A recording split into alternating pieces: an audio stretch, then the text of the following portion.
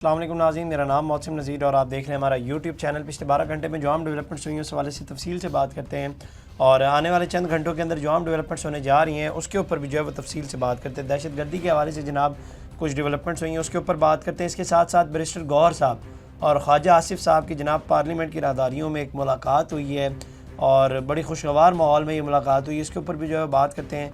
इसके साथ साथ शेर अफजल मरवत साहब और बैरिस्टर गौहर साहब ने भी मीडिया से इंटरेक्शन किया है और बड़ी इंटरेस्टिंग किस्म की गुफ्तगू की है, उसके ऊपर भी जो है वो तफसील से बात करते हैं। और भी दीगर दिलचस्प खबरें तो ब्लॉग आपने जो है वो ये एंड तक देखना है। सबसे पहले जनाब आगाज़ कर लेते हैं, हमारी बिरादरी से ताल्लुक़ रखते हैं और हमसे बहुत सीनियर हैं, सीनियर साफ़ी फ़रहान मलिक साहब। उनको जनाब FIA ने जो है वो पीका कवानीन की खिलाफ वर्जी के इल्ज़ाम में जो है वो गिरफ़्तार कर दिया है और सीनियर साफ़ी और निजी TV चैनल के साबिक डायरेक्टर न्यूज़ और सोशल मीडिया चैनल के चेयरमैन फ़रहान मलिक को FIA साइबर सर्कल ने जो है वो उनको गिरफ़्तार किया। ज़राए के मुताबिक फ़रहान मलिक पर एक केस से मुतल्लिक इंक्वायरी जारी थी जिसकी वजह से उन्हें मुतअद्दिद बार FIA साइबर क्राइम ने तलब किया था। फ़रहान मलिक समन मिलने के बाद FIA साइबर क्राइम के दफ्तर दोपहर 1 बजे पहुँचे थे, जहाँ उन्हें इंतज़ार कराने के बाद जो है वो शाम 6 बजे FIA ने उन्हें गिरफ़्तार कर लिया है। सोशल मीडिया चैनल की इंतज़ामिया ने इस इक़दाम पर तशवीश का इज़हार करते हुए इसे आज़ादी सहाफ़त पर हमला करार दिया है। सहाफ़ती इदारों और तंजीमों ने गिरफ़्तारी की मज़म्मत करते हुए फ़रहान मलिक की फ़ौरी रिहाई का जो है वो मुतालबा किया है। अच्छा, पता ये चला है कि जनाब कोई इनकी पॉडकास्ट में या इनके पास जो है वो कोई मेहमान आया था जिसने कोई कमेंट किया था, उसकी बुनियाद के ऊपर पीका कवानीन की खिलाफ वर्जी के ऊपर जो है वो इनको गिरफ़्तार कर दिया गया। देखें, एक चीज़ है, कोई भी मेहमान या कोई भी गेस्ट अगर आपकी पॉडकास्ट में आता है या आपके शो के अंदर आता है और अगर वो अपनी राय दे रहा है तो राय देना तो उसका हक़ है, अनटिल और अनलेस उसकी राय से किसी की जान को ख़तरा ना हो तो वो तो उसका हक़ है। तो फिर इसीलिए जब ये पीका का एक्ट आया था उस वक्त जो है वो हम लोग इसकी मुखालफत कर रहे थे। तो मैं बतौर साफ़ी जो है वो इसकी शदीद मज़म्मत करता हूँ और हुकूमत से ये मुतालबा करते हैं कि इनको जल्द अज़ जल्द जो है वो रिहा किया जाए। इसके अलावा जनाब जहाँ पे ये बात हो रही है वहीं पे जनाब आप जानते हैं कि आजकल जो दौर है डिसइंफॉर्मेशन का जो है वो बहुत ज़्यादा दौर आ गया है। अभी कल ही हमने जो है वो डिप्लोमेटिक पासपोर्ट के हवाले से जो है वो मुकम्मल तफसील से बात की थी, उसका एनालाइज़ किया था। अब एक और वीडियो जनाब सामने, एक स्टोरी सामने आई है। बेसिकली ये वीडियो आप देख रहे होंगे, ये जाफ़र एक्सप्रेस वाला वाक़या जिस दिन हुआ था ना, उसके बाद से ये वीडियो जो है वो सोशल मीडिया पर सर्कुलेट होना शुरू हो गई और ये बज़ाहिरन जो है वो एक नॉर्मल वीडियो ही लग रही है, लेकिन इसमें जो है वो आप अंडरस्टैंड कीजिएगा। बेसिकली इसके अंदर जो ये शख्स है ये कह रहा है कि जी मैंने जो है वो इस्तीफ़ा दे दिया है, मैं फ़ौज में होता था, मैंने इस्तीफ़ा दे दिया और इस वजह से इस्तीफ़ा दिया है कि मेरे सीनियर फ़ौजी जो हैं मुझे हुक्म देते थे, रात के 2 बजे ऑर्डर देते थे कि फ़लाँ को जाके घर से उठा लो और 12 बेगुनाह पश्तूनों को जो है वो मैंने खुद जो है वो शहीद किया और मसाजिद में होने वाले तमाम धमाके जो हैं वो इसमें ये शख्स एलिजिडली अब ये बोल रहा है कि जी फ़ौज जो है वो ख़ुद करवाती थी। और बाद में जो है वो इसी शख्स की एक तस्वीर लगा के ये प्रोपेगेंडा भी किया गया कि इस शख्स के एतराफ़ी बयान के बाद जो है वो इसको इंटेलिजेंस एजेंसियों ने कत्ल कर दिया है। अच्छा, ये एक पूरी सीरीज़ है, ये 2 पार्ट है जो मैंने आपको बताया कि पहले जो है और इसने ये कहा कि मैं जनाब एक फ़ौजी हूँ और मैंने जो है वो इस्तीफ़ा दे दिया और इस किस्म की जो है वो इसने इल्ज़ाम लगाया और बाद में ये पता चला इन्होंने ये कहा, ये प्रोपेगेंडा किया गया कि जनाब इसको ढूंढ के जो है वो एजेंसियों ने कत्ल कर दिया है। अच्छा, अगर आप गौर से देखें ना, जब हमने इसको चेक किया, अगर वीडियो को आप गौर से देखेंगे ना तो ये आर्टिफिशियल इंटेलिजेंस के ज़रिए जो है वो ये वीडियो बनाई गई है। इसमें अगर आप जितना क्लोज़अप होगा ना उतना मुश्किल होगा डिटेक्ट करने में, लेकिन अगर आप दूर से देखेंगे तो अगर दूर का व्यू होगा, मिसाल के तौर पर अगर आप मुझे यहाँ से देख रहे हैं ना, यहाँ से शायद आर्टिफिशियल इंटेलिजेंस के ज़रिए जो है वो डिटेक्ट करना आसान हो, लेकिन जितना अगर क्लोज़अप होगा उसमें डिटेक्ट करना जो है वो बहुत ज़्यादा मुश्किल होगा। और दूसरा और भी बहुत सारी चीज़ें अगर आप गौर से देखें तो इसकी जो सिंक्राइजेशन है वो भी मैच नहीं हो रही इसकी आवाज़ के साथ। और भी अगर इसकी दाढ़ी के हवाले से भी अगर आप देखें बहुत सी बारीकियाँ ऐसी हैं। तो अभी भी मैं कहूँगा कि एलिजिडली ये वीडियो बनाई गई है और उसके बाद जो है ये जो तस्वीर वाला पार्ट 2 है, बाद में जिसकी तस्वीर थी उस शख्स ने जो है वो पूरी एक वीडियो बयान जारी किया कि इसकी तस्वीर को जो है वो क्रॉप करके बाद में वो पूरी तस्वीर भी आई। वो शख्स जो है उसका ताल्लुक़ पुलिस से था, अगर आप पूरी तस्वीर को गौर से देखें, और उसने जो है वो एक पूरा वीडियो पैगाम दिया कि जी मुझे पता लगा है कि मेरे नाम से जो है वो इस तरह से सोशल मीडिया के ऊपर जो है वो सब कुछ चल रहा है, तो ऐसी कोई बात नहीं है, मेरा इस सारे मामले के साथ जो है वो किसी किस्म का कोई ताल्लुक़ नहीं है। अच्छा, जब ये दूसरी वीडियो को हमने ट्रेस करने की कोशिश की, जो पहली आर्टिफिशियल इंटेलिजेंस के ज़रिए जो वीडियो बनाई गई है, तो उसमें पता चला कि हमने ये चेक करने की कोशिश की कि इसको सर्कुलेट कौन कौन से अकाउंट जो हैं वो कर रहे हैं।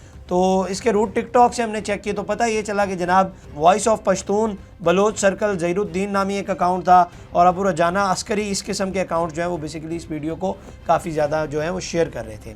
अच्छा, आपको ये बात समझनी होगी कि आजकल का जो दौर है वो इन्फॉर्मेशन से ज़्यादा डिसइन्फॉर्मेशन का दौर बन गया हुआ है और आजकल का नौजवान तो शायद आर्टिफिशियल इंटेलिजेंस को शायद उस हद तक समझता हो, लेकिन जो बुज़ुर्ग हैं, उम्र रसीदा हो गए, उनको शायद इस तरह से ना पता हो कि आर्टिफिशियल इंटेलिजेंस के ज़रिए जो है एक पूरी वीडियो भी बनाई जा सकती है। तो आप लोगों को जो है वो मोहतात रहना पड़ेगा, क्योंकि आए दिन जो है वो इस किस्म का प्रोपेगेंडा किया जा रहा है, इस किस्म की जो है वो हरकतें की जा रही हैं।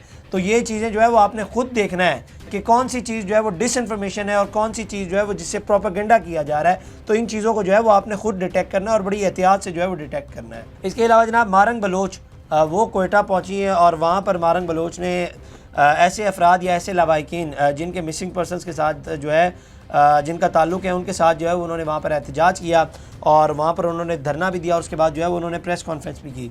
और वो जो अफराद वहाँ पे जो मौजूद थे उनका ये कहना था कि जी जो जाफ़र एक्सप्रेस के अंदर जो लोग मारे गए थे या जो लोग दहशतगर्द थे जिनको जो है वो सिक्योरिटी फोर्सेस ने निशाना बनाया है और जो मारे गए हैं उनकी शनाख्त जो है वो बेसिकली उनके लवाकिन के साथ जो है वो कराई जाए। तो इसके ऊपर मेरा ख्याल है कि सरफराज बुगटी साहब उन्होंने एक्चुअली असम्बली के अंदर जो है वो ये अनाउंस भी किया कि जी इनमें से बहुत सारी लाशें ऐसी थी जो काबिल शनाख्त नहीं थी, तो इसलिए उनको दफना दिया गया है। अब जो ये लवाकिन है वो ये कह रहे हैं कि जिनको नहीं दफनाया गया हमें उन्हें जो है वो दिखाया जाए और जिनको दफना दिया गया है जिनको दफना दिया गया उन्हें भी जो है वो बाहर निकालें कि हम उनकी जो है वो हम उनको आइडेंटिफाई कर सकें। और दूसरा ये कि हम जो जिनको नहीं भी दफनाया गया उनको भी दिखाया जाए कि हम पहचान सकें कि इसमें वो लोग मिसिंग पर्सनस हैं या नहीं। तो इसके ऊपर जो है वो इशू जो है वो ये मामला फंसा हुआ है बेसिकली। और हुकूमती साइड ये कहती है कि जनाब सूबाई हुकूमत का ये कहना है कि जी हम लोग जो हैं वो इन लाशों को सिर्फ उनको दिखाएंगे जो इनके ओरिजिनल लवाकिन हैं, तो उनको हम जो है वो ये दिखाएंगे, इनकी कोई शनाख्त प्लेट जो है वो फ़िलहाल नहीं करा सकते। तो मामला जो है वो काफ़ी हद तक जो है वो सीरियस हो गया है और मारंग बलोच जो है उन्होंने भी वहाँ पे उनको ज्वाइन किया और उन्होंने वहाँ पे कहा कि जी जब तक हमें इंसाफ नहीं मिलेगा तब तक जो है वो हम यहीं पे मौजूद रहेंगे। और इसके अलावा मारंग बलोच ने ये भी कहा कि जी उनकी जो तंजीम है उनके चंद अफराद को भी जो है वो उठाया गया है पिछले 1-2 दिनों के अंदर और उनके अगेंस्ट भी जो है वो उन्होंने एहतजाज किया है। अच्छा, मारंग बलोच के हवाले से एक जो उनके नाकिदीन या उनके मुखालिफ जो हैं वो ये कहते हैं कि ठीक है ये तो वो एहतजाज कोयटा के अंदर कर रही हैं, लेकिन जब जाफ़र एक्सप्रेस वाला मामला पेश आया था तो उसके ऊपर इन्होंने आवाज़ क्यों नहीं बुलंद की या उसके ऊपर जो है वो इन्होंने एहतजाज क्यों नहीं रिकॉर्ड करवाया। देखिए, आप अगर एक लीडर हैं तो आप सब की लीडर हैं, किसी रंग नस्ल या किसी एक कौम की लीडर नहीं, आप सब की लीडर होती हैं। तो बतौर लीडर जो है वो आपको फिर सब के लिए, अगर आप मैं ये नहीं कह रहा कि आप जो है वो इनके लिए अगर एहतजाज करिए तो गलत कर रही हैं, आपका अपना एक कॉज है, अगर आप एहतजाज कर रही हो तो ये आपका अपना हक है। लेकिन अगर आप लीडर हैं तो फिर तो आपको सबके लिए एहतजाज करना चाहिए। और अगर जाफ़र एक्सप्रेस वाला मामला आप समझती हैं कि गलत हुआ है, जो कि हुआ है, तो उसके ऊपर भी जो है वो आपको एहतजाज करना चाहिए था। इसके अलावा जनाब एक और अफसोसनाक जो खबर आई है वो ये कि कैप्टन हसनैन अख्तर 24 साल सिर्फ उनकी उम्र थी और उनका ताल्लुक जो है वो जेलम से बताया जाता है और बताया गया कि डेरा इस्माइल खान के अंदर जो है वो इंटेलिजेंस बेस एक ऑपरेशन जो है वो सिक्योरिटी फोर्सेस की जानिब से जो है वो किया जा रहा था। मैं आपको पहले भी ऑलरेडी बता चुका हूँ कि ऑपरेशन अलबदर का जो है वो आगाज़ हो चुका हुआ है। तो यहाँ पे जो है वो बेसिकली डेरा इस्माइल खान के अंदर जो है वो ये ऑपरेशन किया जा रहा था और वहाँ पे दहशतगर्दों के साथ जब आमना सामना हुआ तो क्रॉस फायर हुए तो 10 दहशतगर्द जो है वो वहाँ पे मारे गए।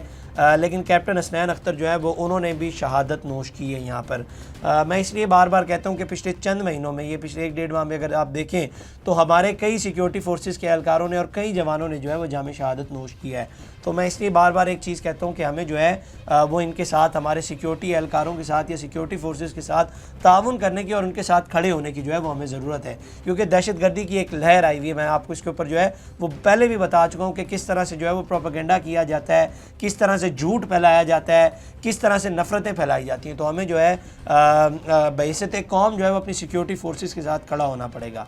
इसके अलावा जनाब एक और बड़ी इंटरेस्टिंग किस्म की वीडियो सामने आई है पार्लियामेंट की राहदारियों से, जहाँ पे पाकिस्तान तहरीक इंसाफ के चेयरमैन बैरिस्टर गौर और वज़ीर दिफा ख्वाजा आसिफ साहब जो हैं वो बड़े खुशगवार मूड में जो है वो नज़र आ रहे थे और खिलखिलाते हुए चेहरे एक साफ़ी ने उनसे सवाल भी किया कि अच्छे ताल्लुकात सलाम दुआ की हद तक क्यों हैं, मुल्क के लिए भी इकट्ठा होना चाहिए। तो इसके जवाब में ख्वाजा आसिफ साहब ने कहा कि मुल्क के लिए ज़रूर इकट्ठा होना चाहिए, माजी की पार्लियामेंट की रिवायतें मुख्तलिफ थी। तो साफ़ी को जवाब देते हुए बैरिस्टर गौहर ने कहा कि आप कह रहे हैं कि हम कॉरिडोर में भी ना मिलें, हम तो कह चुके हैं कि दहशतगर्दी समेत हर चीज़ के ऊपर इत्तफाक होना चाहिए। ख्वाजा साहब ने कहा कि मुल्क के लिए अच्छे ताल्लुकात ज़रूर होने चाहिए, हर किस्म की दहशतगर्दी के ख़िलाफ़ इत्तफाक होना चाहिए। अच्छा, ये जब ये वीडियो सामने आई तो मुख्तलिफ, आप जानते हैं कि दो मुख्तलिफ जमातों के लोग जो हैं वो आपस में मिल रहे हैं। तो उसके नीचे अगर आप PTI के फॉलोअर्स के कमेंट पढ़ने के लिए जाएँ तो बैरिस्टर गौहर साहब के हवाले से वो बातें वो कर रहे थे जिसकी कोई हद नहीं थी। मैं इसलिए एक बात कहता हूँ कि नफ़रतों में जो है वो इस हद तक आगे ना चले गए करें कि वहाँ पर जो है वो मोहब्बत का बीज बोने की भी गुंजाइश ना बचे, कि नफ़रतें आप इस कदर जो है वो लोगों के दिलों में फैला देते हैं। अल्टीमेटली जो है वो ये नफ़रतें ख़त्म ही होनी होती है, अल्टीमेटली इसका इख्तिताम ही होता है और ये होना ही होता है। खैर, इसके अलावा जनाब बैरिस्टर गौहर और शेर अफजल मरवत की भी आपस में जो है वो इंटरेक्शन हुआ है। और बैरिस्टर गौहर, आप जानते हैं कि शेर अफजल मरवत साहब के बड़े करीबी भी रहे हुए हैं। तो बेसिकली उन्होंने कहा कि उन्हें हमने जो है वो पार्टी से नहीं निकाला, उन्होंने पटरी से आप छलांग लगाई है। शेर अफजल मरवत ने जवाब दिया कि उनकी पटड़ी टेढ़ी थी, मैंने छलांग नहीं लगाई। तो वैसे तो बैरिस्टर गौहर ने कहा कि इसमें कोई दो राय नहीं कि इनकी कुर्बानियों का हम एतराफ़ करते हैं, बड़ी सख्तियाँ बर्दाश्त की हैं, इन्होंने पार्टी के लिए काम किया है। लेकिन मैं इसको हमेशा ये कहता रहा हूँ कि डिसिप्लिन सबसे टॉप पे है, डिसिप्लिन रखो। तो मैं इसको कहता रहा हूँ कि पटरी से नहीं उतरना। शेर अफजल मरवत ने जवाब दिया कि मैंने हमेशा चेयरमैन से कहता रहा हूँ कि कोई मेरे ख़िलाफ़ बयान देगा तो डिसिप्लिन उधर ही बढ़ जाएगा। तो शेर अफजल मरवत साहब की तबीयत में जो है वो किसी किस्म की कोई तब्दीली नहीं आई। इसके अलावा जनाब एक प्रोपेगेंडा इंडिया की जानिब से किया जा रहा है, चैम्पियंस ट्रॉफ़ी हुई है और इसके ऊपर अब ये प्रोपेगेंडा किया जा रहा है कि जनाब चैम्पियंस ट्रॉफ़ी के अंदर जो है पाकिस्तान को तो नुकसान हो गया, इतना ख़र्चा उन्होंने किया है।